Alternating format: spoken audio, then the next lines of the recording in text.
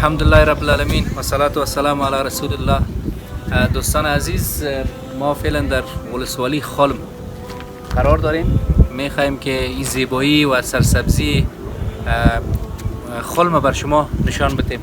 شما سعی کنین که الحمدلله چی یک وطن زیبا و چی یک سرسبزی زیبا در این ولسوالی وجود داره.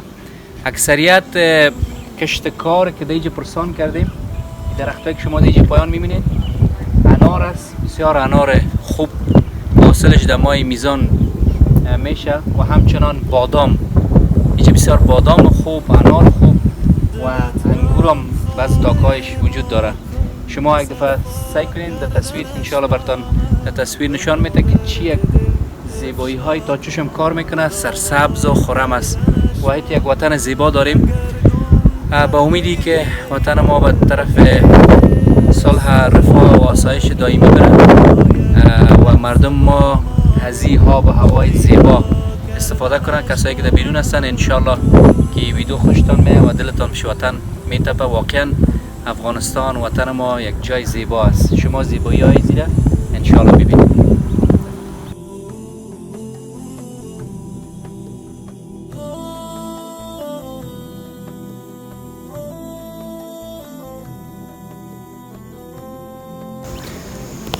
عزیزان، باستان صاحب عزیز، دوست ما، همکار گرامی ما را اینجا آوردن در باغ خود و اینجا ولسوالی خلم. پیشتر از فضای بلند فیلمش گرفته بودیم. حالا اینجا همراه باستان صاحب آمدیم. میشه که از باستان صاحب نظر بگیریم درباره این باغ که چی چیزا هست در اینجا. باستان صاحب، در این باغ هست که انار، انگور، زردالو، بادام، انجیر، یعنی میوه رو ما داریم، آلو. و این فصلش چه وقت میرسه؟ انجیر به طور مثال چه وقت میرسه؟ انجیر دیگه این آخر ماه جوزا. بله. بادام ماه سرطان سنبله شروع میشه. دلیل ازی که میگه انجیر ولسوالی خلم که هست نه میگه به کابل نمیرسه، دلیلش چیه؟ به خاطر که بسیار نازک است، که پوست نازک است که داخلش تخم نداره. و انجیر قندار که شما ببینید هم سخت است، پوست تبل است و داخلش تخم داره، تخم نداره. و از یعنی 8 ساعت یا 9 ساعت زیاد که نگاه کنید ترش میکنه. به او خاطر نمیرسه در کابل. فقط میشه که داخل آیس باکس بعضی وقت دوستا روان میکنیم، بین یخ میشه که روان کنیم. و دیگه اینجا بادام هم گفتین داره؟ بادام زیاد داره، بله. 50 یا 60 تا سالات ما کلش بادام است. و فرق بین انار ایجا و انار قندار در چی خود باشه به نظرت؟ در طعم خود باشه؟ در طعم فرق میکنه. در طعم انار ایجا فرق میکنه. انار ایجا که زیادتر پیشتر مرتان گفتم که کلش ارگانیک است.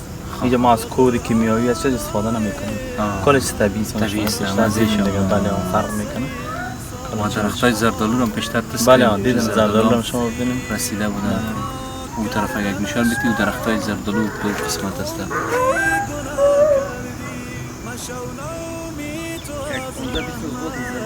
زردالو دیگه شروع شده یا فعلا گفته شده بچه خوراک شده. پشت پا میخوره. اینکه انگور از اصلاتش راضی نیست، نیلتش این خوش نمیکنه. زمین از بعضی میوه رو خوش نمیکنه. تشکر باستان صاحب از میهمان نوازی، بسیار زیاد تشکر. ما را آوردن در اینجا بخشر میهمان نوازی کردن. ما همیشه و یک چیز دیگر هم بگیم باستان صاحب خیر است ماشاءالله. هر سال در کابل برای همکارا همیشه آمده بادام از این باغ آورده. جزاک الله خیر. سلامت باشین. خوشحال شدم. خار بخشیدم. ماشاءالله چه خوب زردالو شده. بگی من والا واقعیتش بسیار زردالو. باستان صاحب زردالو ماشاءالله خوب رسیده. بسیار رسیده. خود طبیعی پخته میشه. ماشاءالله این مزهش هم زردالو بازار نیست که بازار سلفر بتونم پخته کنم. طبیعی پخته است. بسیار مزه. عزیزا میوه وطن.